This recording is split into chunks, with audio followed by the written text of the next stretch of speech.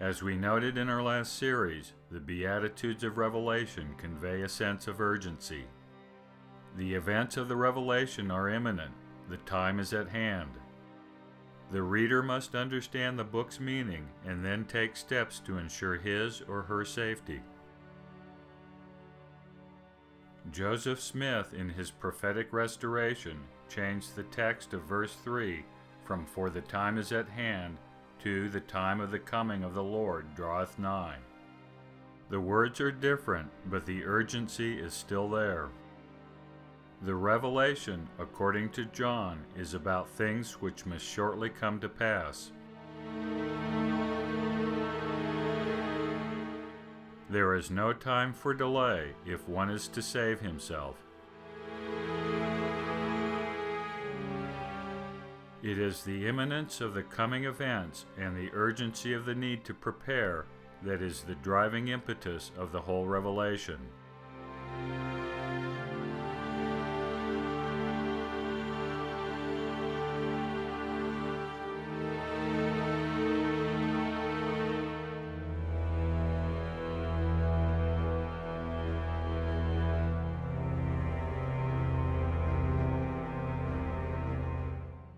The Lord repeatedly tells John that he will come quickly.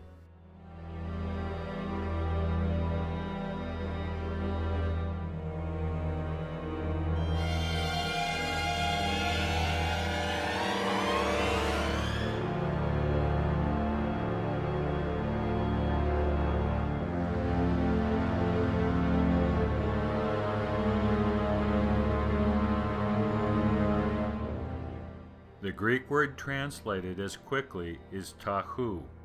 It means quickly, speedily, and without delay. It is often translated as soon. The Lord through John is indicating that his return in judgment is imminent and will be swift. He also allows for a grace period for repentance, which he does not quantify.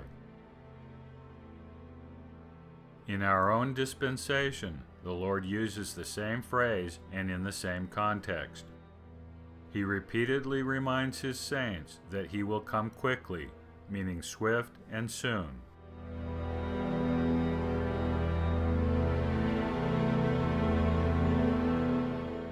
In one case, he even uses the same wording as found in John's Apocalypse. Elsewhere, the Lord tells his church that his coming is nigh. Oliver Cowdery, immediately after his baptism, prophesied like John of many things that would shortly come to pass.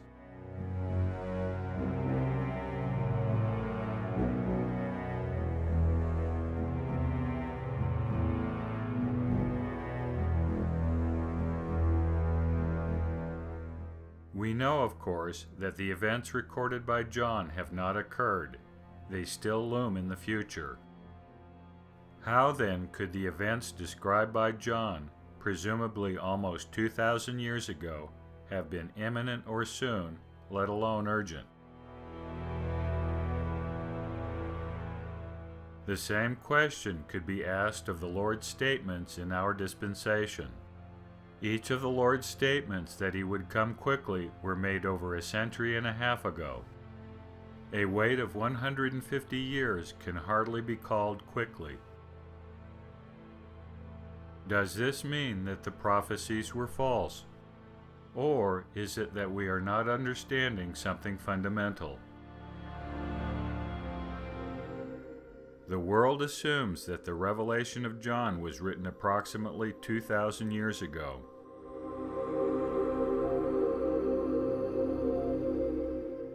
But these traditional sources do not agree on the exact date of the book, with claims that it was written during the reigns of Claudius, Nero, Domitian, or Trajan, a span of up to 70 years.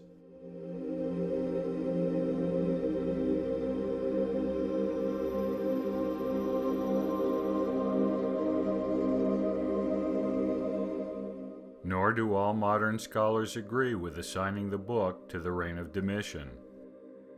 Why is the dating of the revelation of John a subject of scholarly debate?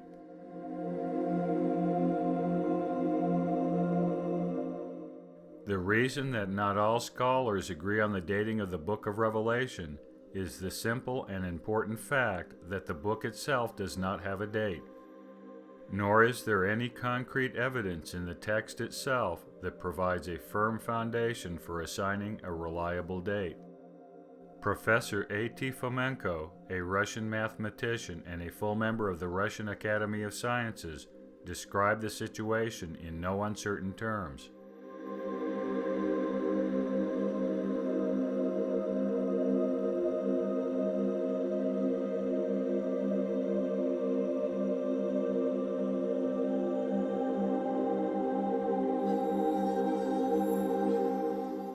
Not one of the approximately 230 Greek manuscripts of the book can be reliably dated themselves, let alone provide a date for the Book of Revelation. This is true for the papyri and minuscules with the text of Revelation. Because of these vexing chronological problems, the establishment of a reliable date for the apocalypse remains an open and unresolved issue for scholars.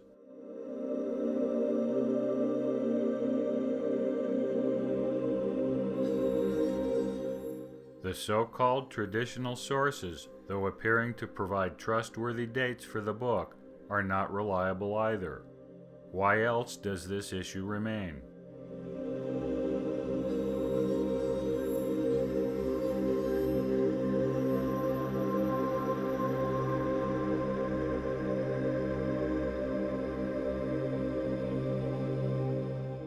Saint Irenaeus, the traditional source closest to the presumed writing of the Apocalypse, claimed that John saw the vision shortly before his own day.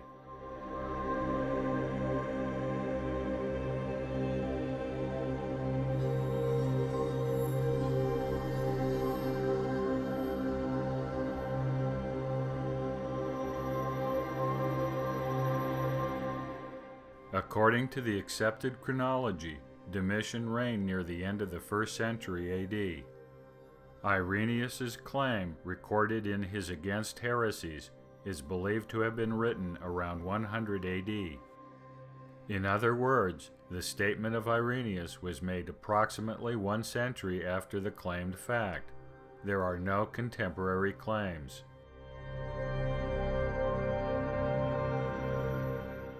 Clement of Alexandria, who is believed to have lived at the same time as Irenaeus, is said to have claimed that John wrote down his vision during the reign of Domitian.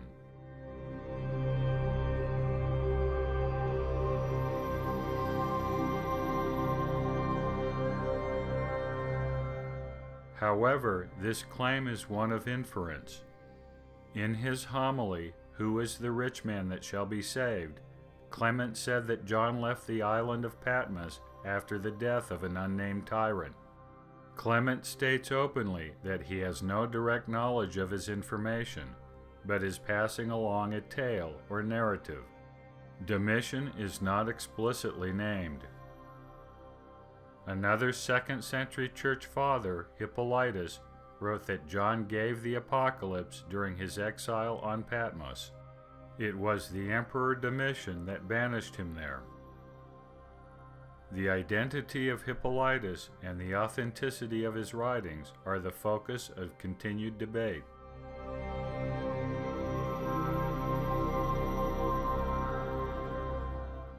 Victorinus of Patau, who purportedly lived in the second half of the 3rd century, took his cue from Hippolytus that John was exiled to Patmos by Domitian. He assumes that John wrote the Apocalypse at this time. Jerome, a church father of the 4th century, also believed that John was sent to Patmos by Domitian and there received the revelation. The 4th century Epiphanius, bishop of Salamis, believed that John was exiled to Patmos by Claudius Caesar, thereby contradicting Irenaeus, Clement, Hippolytus, Victorinus, and Jerome.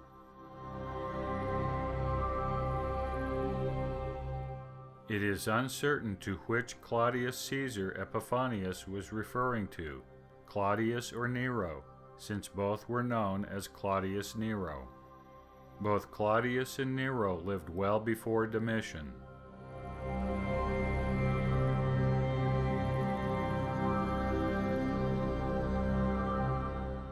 Theophylact, who lived in the 11th century, believed that John's exile occurred in Trajan's reign. Trajan ruled after the Emperor Domitian.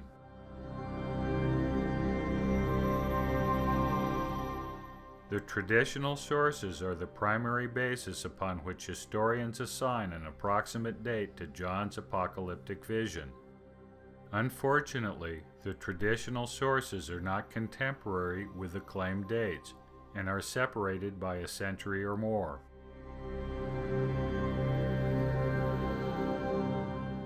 Though most make the claim for the reign of Domitian, there is disagreement among the sources.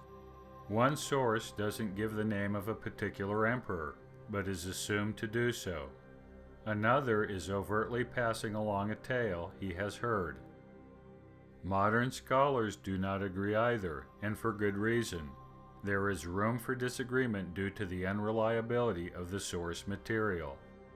Still, the disagreement among the sources and the scholars amounts to less than 200 years. This still leaves us with the original quandary. How can the time is at hand describe a gap of almost 2,000 years? Reducing the gap by 100 or 200 years does not resolve this dilemma. The actual situation with the chronological aspects of the Book of Revelation is far more complex and muddled than quibbling over a handful of sources and a century or two. John's apocalypse has likely been misplaced by over a millennium, a topic we will address later in this series. But first, there is the question of authorship. Modern scholars can't even agree on who wrote the book in the first place.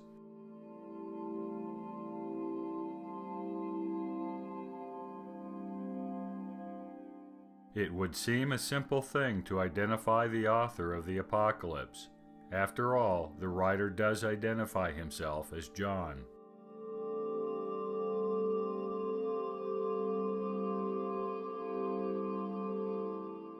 Yet this is not the case. Scholars have debated the identity of John for centuries. The writer of the Apocalypse identifies himself 4 times. But since he does not further identify himself, say as an apostle, his identity becomes a matter of conjecture.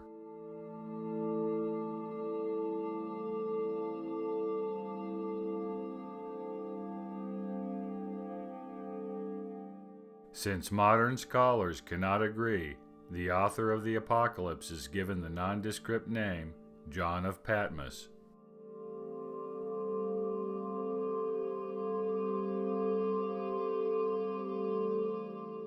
The good news is that we do not need to rely on scholarly debate. We know the exact identity of the author of the book through Joseph Smith. Early in his ministry, Joseph asked the Lord about the meaning of certain passages in the book of Revelation.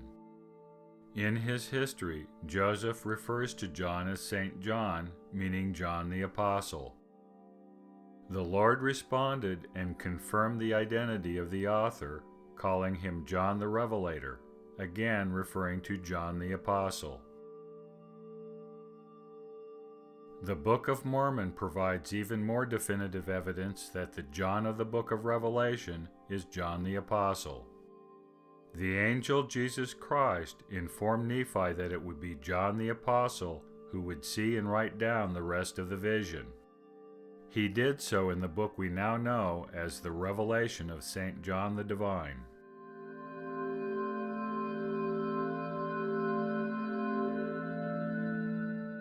The fact that the Apostle John was the author becomes important in determining the chronology of his book. One of the problems for mainstream scholars, both ancient and modern, is the limitation of John's mortality. Man, on average, lives only so long, normally under 100 years. So, when it is presumed that John is already an adult at the death of Jesus Christ, circa 33 AD, then the writing of the Apocalypse, even at an extreme old age, cannot have occurred much later than 100 AD, and more likely before. In fact, it is the age factor that is a primary reason for scholars to reject John the Apostle as the author of Revelation. John would have been too old to write the book during the reign of Domitian, which of course is the choice of most scholars for the date of composition. Other proposed dates for the writing of the Apocalypse are summarily dismissed for this reason. If Domitian's reign is disqualified due to John's age, then Trajan's reign, which followed Domitian's, is simply unthinkable.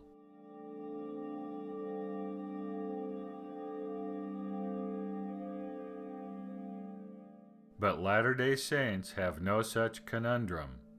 We have noted in an earlier series that John the Apostle was translated, meaning he had been given power over death.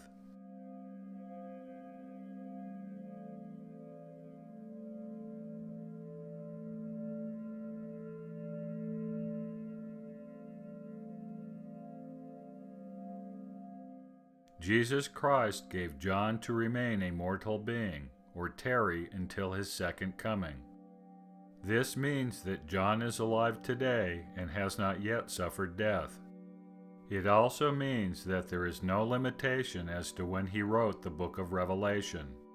He could have written it at the time of Domitian, assumed to be almost 2,000 years ago. Or he could have written the book 1,000 years ago, or 500 years ago, or even more recently.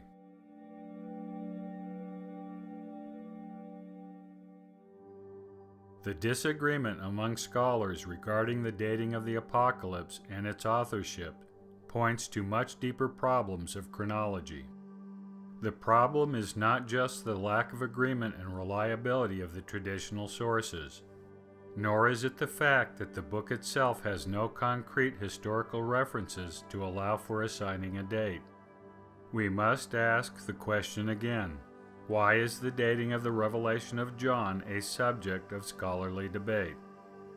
Even without reliable first-hand witnesses or internal evidence, the book should be easy to date. After all, there are the documents themselves, the codices, papyri, and others. Can't these be reliably dated? Is there an original?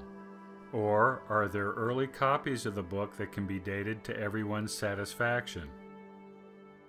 Of course, if the documents could be reliably dated, then the question of the dating of the Apocalypse itself would be resolved.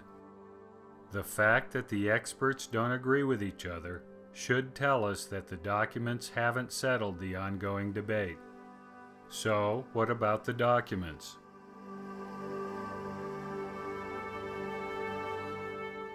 We noted earlier that there are approximately 230 Greek manuscripts of Revelation, along with numerous papyri and other documents. The primary manuscripts of the New Testament, including the Book of Revelation, are the codices Sinaiticus, Alexandrinus, and Ephraemi Rescriptus. All three of these manuscripts are dated centuries after the alleged date of the composition of the Revelation by John. John, it is claimed, wrote his book in the 1st century AD. The Codex Sinaiticus is dated to the 4th century. The Codex Alexandrinus to the 5th century, as is the Codex Ephraemi Rescriptus.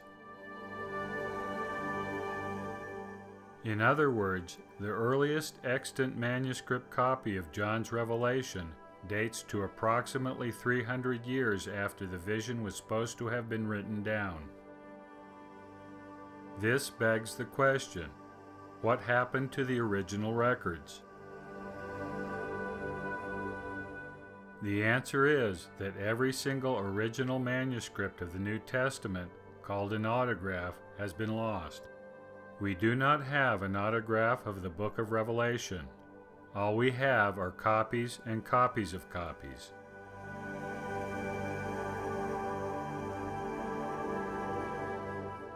The fact that we don't have originals begs some obvious questions. How do we know when the originals were written? and how were the copies dated?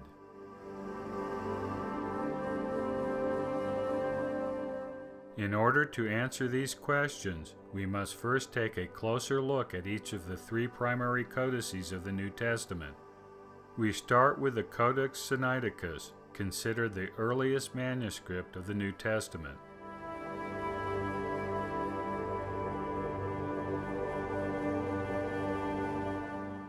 The Codex Sinaiticus has been dated, that is, has been assigned a date by scholars, to the 4th century AD.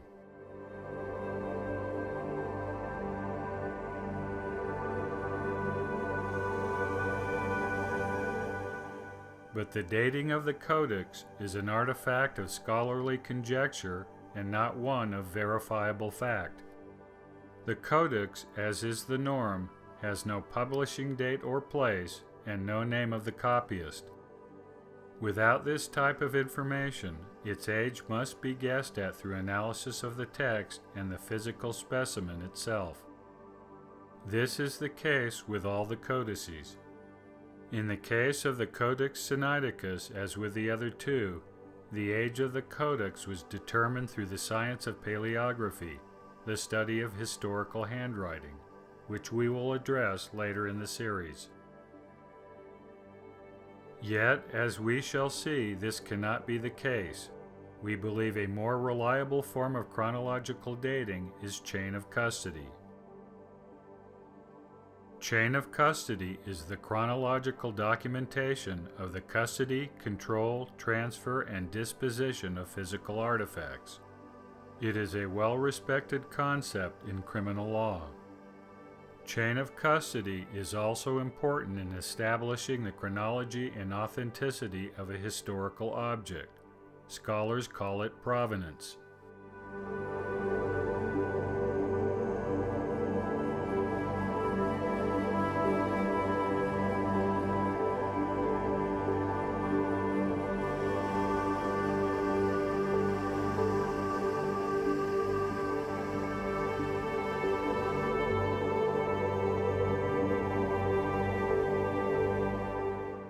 Establishing an accurate provenance is essential, since the forging of antiquities is a big business and has been for centuries.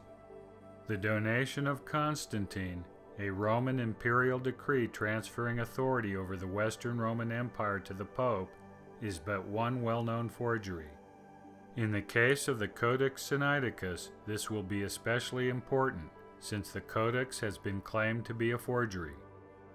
The methodology of chain of custody is primarily one of documentation. Other techniques may be helpful, but without verifiable documentation, they are meaningless. Applying chain of custody to the codices yields some astonishing results. The Codex Sinaiticus, for example, was discovered only in the 19th century. Currently, parts of the Codex Sinaiticus are preserved in 4 different institutions: the British Library, the Library of the University of Leipzig, the National Library of Russia, and the Holy Monastery of the God-trodden Mount Sinai, otherwise known as St. Catherine's. These 4 institutions formally collaborate as the Codex Sinaiticus Project. The Codex Sinaiticus Project has reconstructed the recent history of the Codex. It openly recognizes that the chronology of the manuscript is fraught with mystery, and that it cannot be fully documented.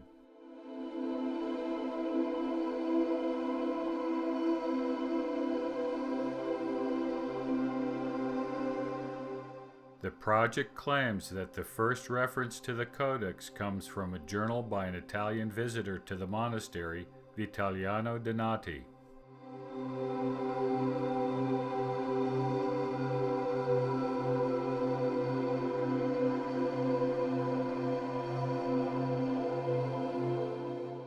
But this is a dubious reference, as the project readily admits. It may or may not be the Codex. For the purposes of authentication, this evidence would not be acceptable. Over 80 years later, the Codex reappears, or more likely, appears for the first time in recorded history. It is at this time that the renowned German biblical scholar and philologist Konstantin Tischendorf claimed to have found 129 leaves of the Codex. He obtained 43 of these leaves and published them in 1846. The facsimile became part of the Leipzig University Library. There are two troubling aspects to this claim. First, the story of his finding the partial codex is found only in Tischendorf's own published account. As the Codex Sinaiticus project correctly points out, there is no other document that corroborates Tischendorf's claim. Second, there is a monetary aspect to the story. Tischendorf found and published the partial manuscript in honor of King Frederick, who financially supported both Tischendorf's travels and the publishing as well. At this point, the story gets very complex. Tischendorf returns to St. Catherine's for the third time in 1859 and discovers 347 more leaves of the Codex. Again, the story of the discovery and how he obtained it is found only in Tischendorf's personal account. It cannot be verified by other sources. Only when the Codex makes its way to Russia and is published in 1862 is the chronology of the Codex firmly documented. The statement that the essentials are now clearly documented is an admission by the Codex Sinaiticus project that the story of the discovery, obtaining, and custody of the manuscript was not clearly documented until 1862. We have only the word of Tischendorf to rely on. From a chain of custody perspective, the verifiable chronology of the Codex includes two dates, the 1846 and the 1862 facsimile editions. Additional portions of the Codex were found in the monastery in 1975. Unless there is other compelling and verifiable evidence to the contrary, this would make the Codex a modern document.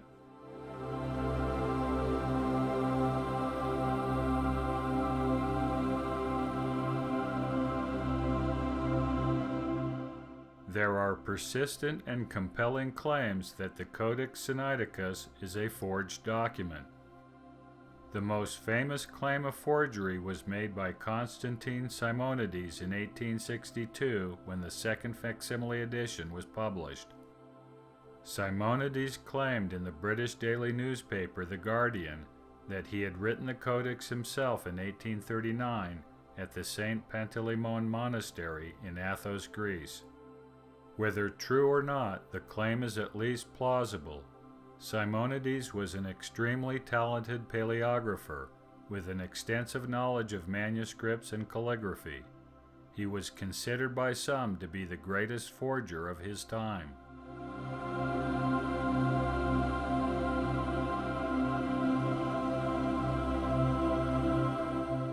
Simonides' claim was publicly contested by Henry Bradshaw and others.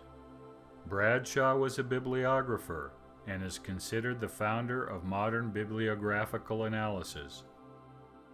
For the present, the mainstream academic world, including the Codex Sinaiticus project, accepts the authenticity of the manuscript and rejects the claim of Simonides. Still, doubts about the Codex persist to this day. Whether or not Simonides' claim is valid, the possibility still exists that the Codex is a forgery. To dismiss Simonides does not dismiss the possibility of forgery. In his rebuttal to Simonides, Bradshaw threw down a challenge to the renowned forger. Come see the manuscript for yourself.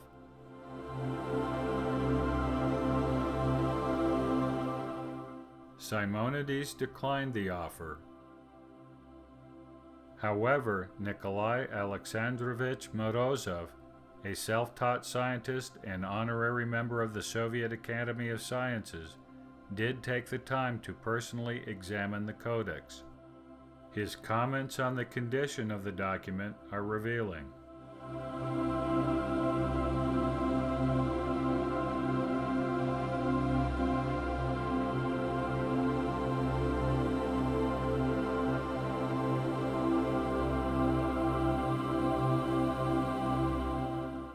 Certainly, it should be expected that with 1,000 years of handling by monks and other readers, the pages would have become smudged and even oily from the fingers of those that handled them. But the sheets of parchment Morozov inspected at the beginning of the 20th century showed no signs of extended use. Morozov also noticed that the parchment sheets themselves appeared to be strikingly well preserved.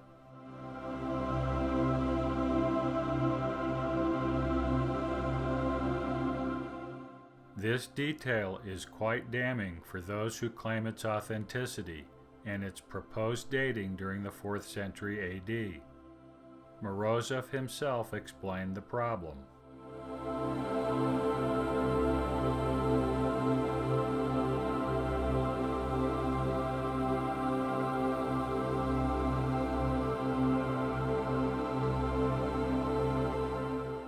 The excellent condition of the codex is further curious since Tischendorf claimed he had found the codex in a wastebasket, apparently discarded by the monks of St. Catherine's.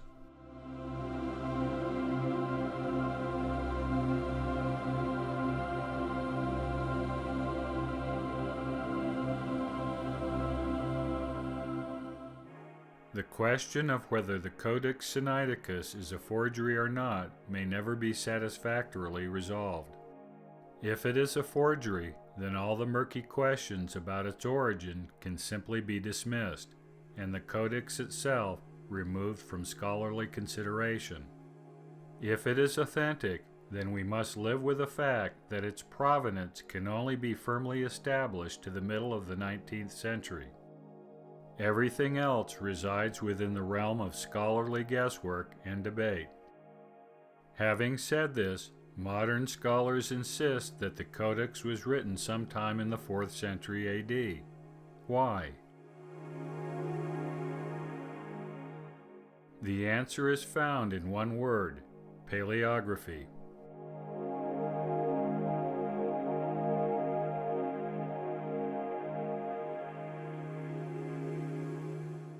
The Codex Sinaiticus project, like most modern scholars, date the codex to the 4th century AD and do so based upon paleographical analysis.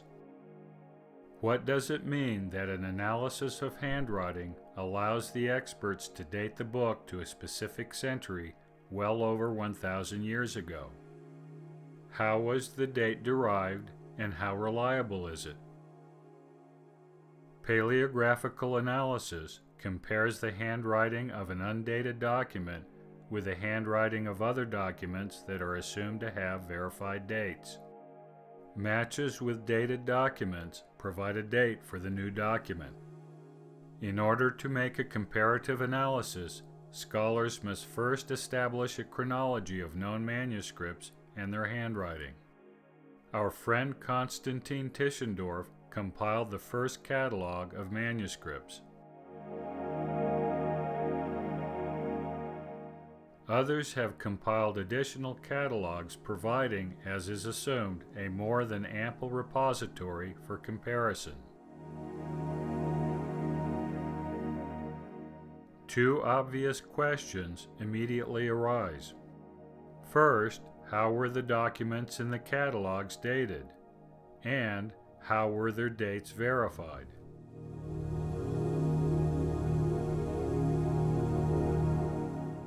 It is unfortunate, but scholars have only indirect means for determining the age of undated documents.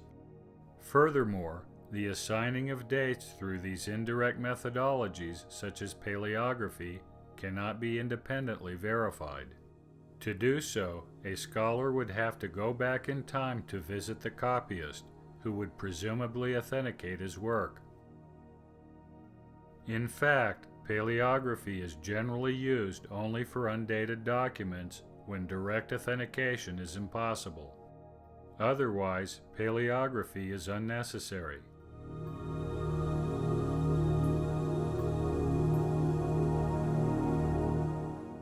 This is a difficult problem for scholars.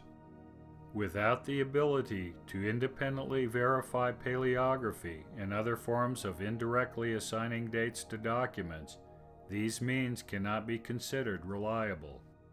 Yet, they exist precisely because there is no other way to date certain documents.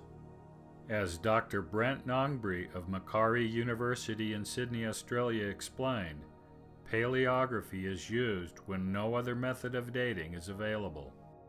Dr. Nongbre also noted that paleography is not to be considered reliable.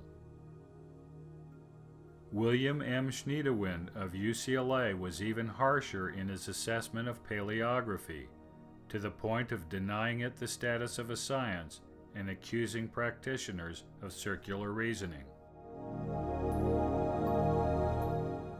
The dating of the Codex Sinaiticus by paleographical analysis is a good example of the flaws of this methodology. Codex Sinaiticus was originally assigned a 4th century date through a handwriting comparison with another manuscript, the Viennese Dioscorides.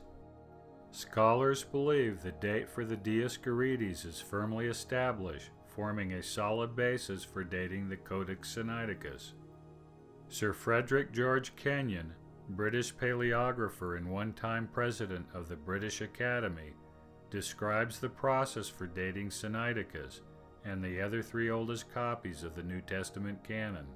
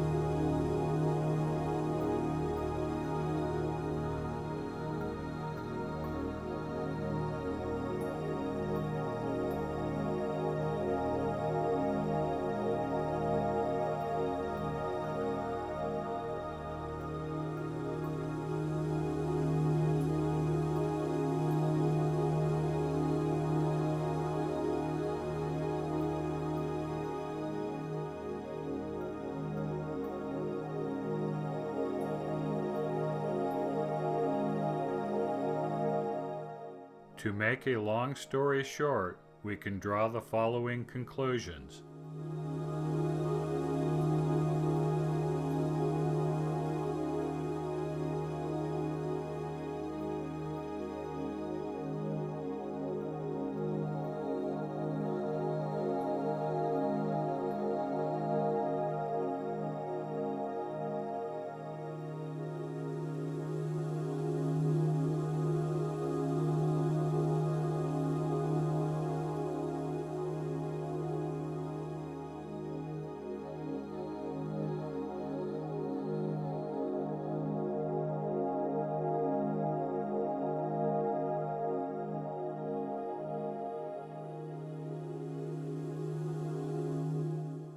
All of these conclusions by Kenyon are essentially unverifiable conjecture with no demonstrative evidence to rely upon, as Kenyon himself admitted. In truth, the dating of Sinaiticus, as well as the other early manuscripts of the New Testament, relies wholly upon the dating of the Dioscorides of Vienna. Is this manuscript as firmly dated as scholars allege? The dating of the Codex Sinaiticus is dependent upon the dating of the Dioscorides of Vienna. The Dioscorides is an illustrated manuscript of a 5-volume pharmacopoeia written by Pedanius Dioscorides, a surgeon with the Roman army. As Sir Frederick George Kenyon claimed, the copy of the Dioscorides in question was written at the beginning of the 6th century.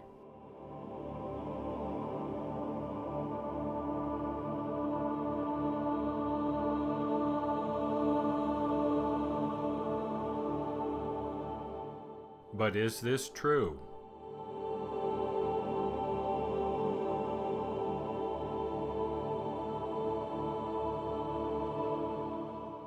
The Dioscorides is dated to the early 6th century.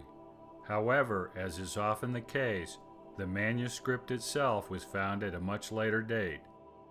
It was discovered in the 1560s by a Flemish diplomat in the employ of the Holy Roman Emperor Ferdinand I, about 1,000 years after the claimed date.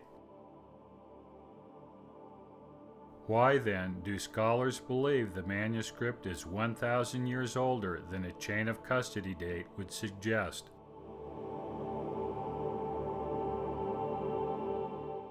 The primary reason scholars date the Dioscorides to the 6th century is the manuscript's dedication portrait of Alicia Juliana.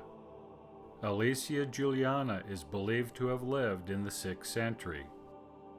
But it was only in the 20th century that the manuscript was assigned the 6th century date due to the presence of the portrait.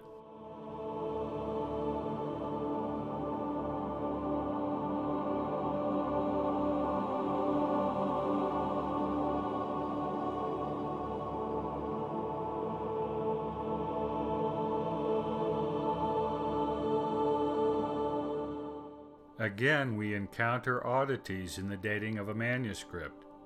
The Vienna Dioscorides was found a millennium after it was alleged to have been written, and then was assigned to the 6th century 3.5 centuries later. Furthermore, on what basis do we know that Alicia Juliana lived in the 6th century? There is no physical or written evidence that dates Alicia to the 6th century. Nor is there any evidence for her father, Olybrius. The dating of Alicia is an artifact of the historical chronology in use today, which, as we pointed out in another video, is a product of 16th and 17th century scholarship.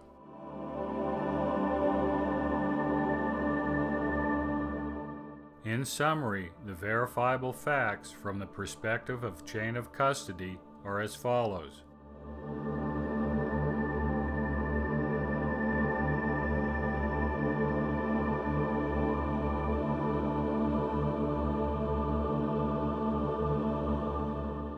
This leads to an important conclusion about the revelation of John. The Codex Sinaiticus cannot be used to date the book any earlier than 1846. There are, however, two other manuscripts to consider.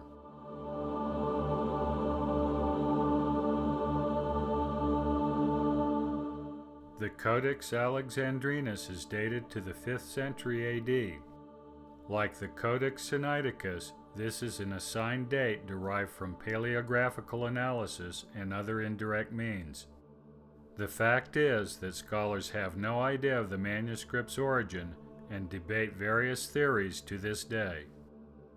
The first documented date as to the existence of the manuscript is 1627. In that year, Cyril Lucaris, Eastern Orthodox Patriarch of Alexandria, presented it to King Charles I of England as a gift. Since that time, the manuscript has been in British custody and currently resides in the British Library. A reliable provenance for the codex, whatever its origin may be, can only be established to the beginning of the 17th century.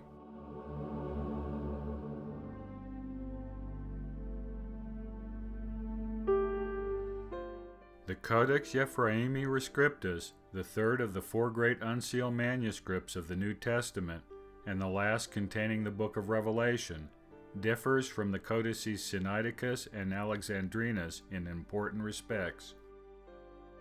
The Codex is a palimpsest, which is a manuscript that has been reused by erasing or effacing the original text and replacing it with a new one. The original text was the Bible, including both Testaments. The works of St. Ephraim the Syrian were written over the biblical text, hence the codex's name.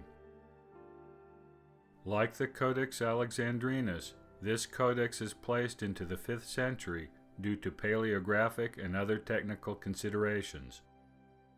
The dating appears to be based more upon what is assumed to be missing than the text itself.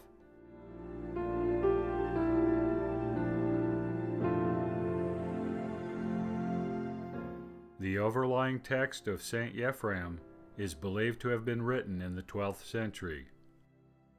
The Codex Ephraemi Rescriptus is not complete, and the underlying text of the Bible, as might be imagined, is difficult and in some cases impossible to decipher.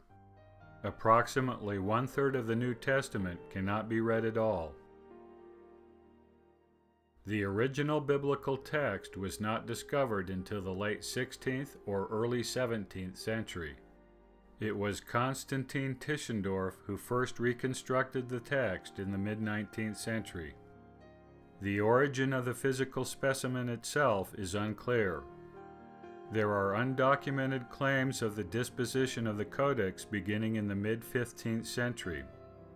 However, the only genuinely documented claim is the procurement of the document by the National Library of France at the end of the 16th century. The 1878 catalogue of the French National Library merely states that the manuscript came from the Catherine de' Medici Library, with no further elaboration regarding its provenance. Like Sinaiticus and Alexandrinus, the Ephraemi Codex can only be firmly placed at a much later date than that claimed from paleographical analysis. Chain of custody places the manuscript no earlier than the end of the 16th or the beginning of the 17th century, when it was donated to the National Library of France after the death of Catherine de' Medici. In summary, we can draw the following conclusions about the provenance of John's revelation. The earliest firm provenance for the Apocalypse, based upon the three codices, is 1602, the date Ephraemi Rescriptus was bound. Both Sinaiticus and Alexandrinus have later chain of custody dates.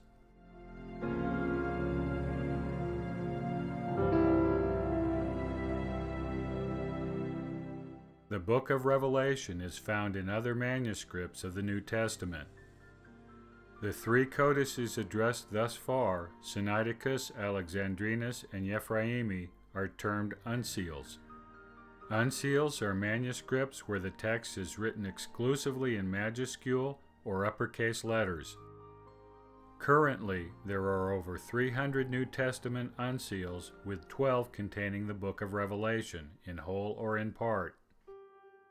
According to the Institute for New Testament Textual Research in Münster, Germany, which maintains a catalog of the uncials, every uncial but one has been assigned a date paleographically. The dates range from the 4th to the 10th centuries. Of course, chain of custody dating tells an entirely different story.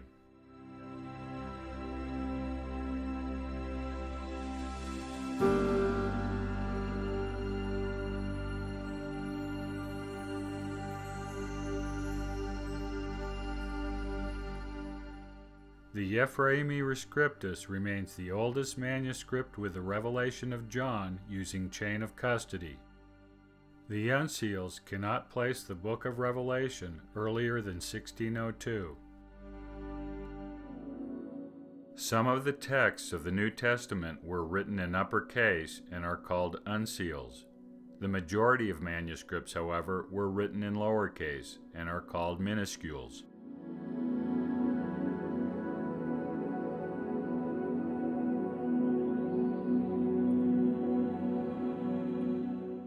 There are over 2,000 minuscules, with a little over 100 containing the revelation of John.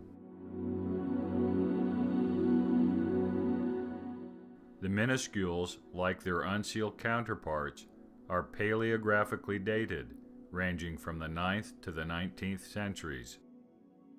The paleographic dates of the minuscules with the revelation of John range from the 10th to the 19th centuries. The minuscules are of late vintage, even with their paleographic dates, ranging from a millennium to almost 2 millennia from the alleged date of the composition of John's book. Applying chain of custody to the manuscripts gives a far different provenance to the documents, especially for those dated earlier. For example, minuscule 82 is assigned a 10th century date by paleographical analysis. Chain of custody would assign a 19th century date when the parchment document entered the historical record. Minuscule 42 is assigned an 11th century date by paleography. Chain of custody would require an early 18th century date. There are some minuscules, unlike the uncials, that have dates within the manuscript. These dates are found in what are called colophons.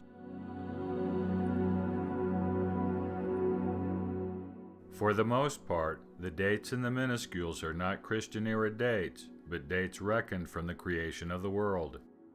Scholars correlate the creation of the world chronology with a modern Christian chronology to assign what are believed to be hard dates. For example, minuscule 18 is dated precisely as 1364 of the Common Era, or Anno Domini.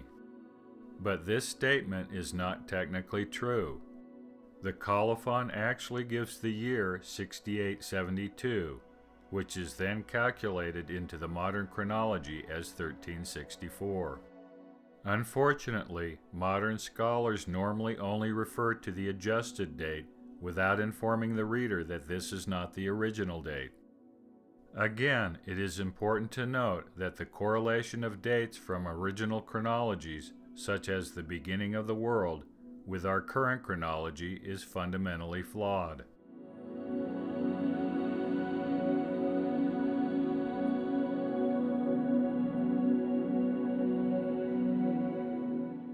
A cursory look at the minuscules indicates that from a chain of custody perspective, the earliest minuscules with the Book of Revelation can be no older than the 15th century. There is a handful of minuscules that could possibly date to the 15th century, though the documentation in each case is not certain. However, these particular manuscripts are either partial or complete canons of the New Testament.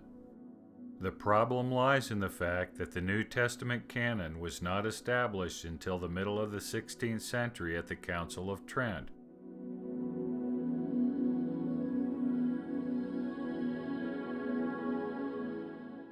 Currently, there are over 120 papyri with a portion of the New Testament. 7 of the papyri are fragments of the Apocalypse. The Revelation papyri are paleographically dated between the 2nd and 7th centuries.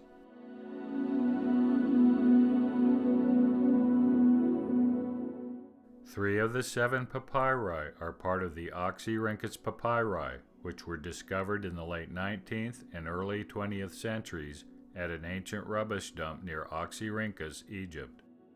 Their provenance must refer to the discovery date, whatever paleography claims. 1 papyri is part of the Chester Beatty collection. The Chester Beatty papyri are of dubious origin, having been most likely obtained by dealers in illegal antiquities. They were first publicly announced in 1931. The oldest papyri fragment, as claimed by paleographical analysis, is P98. It was first published in 1971. P43, dated to the 7th century, was found at Wadi Sarga, Egypt, during the winter of 1913-1914, and first made public in 1922. P85, dated to the 4th or 5th century, was first published in 1969 and may be part of the Oxyrhynchus papyri. Almost all the papyri of the Apocalypse of John were discovered or first made public in the 20th century. The earliest provenance for the Apocalypse papyri is the late 19th century.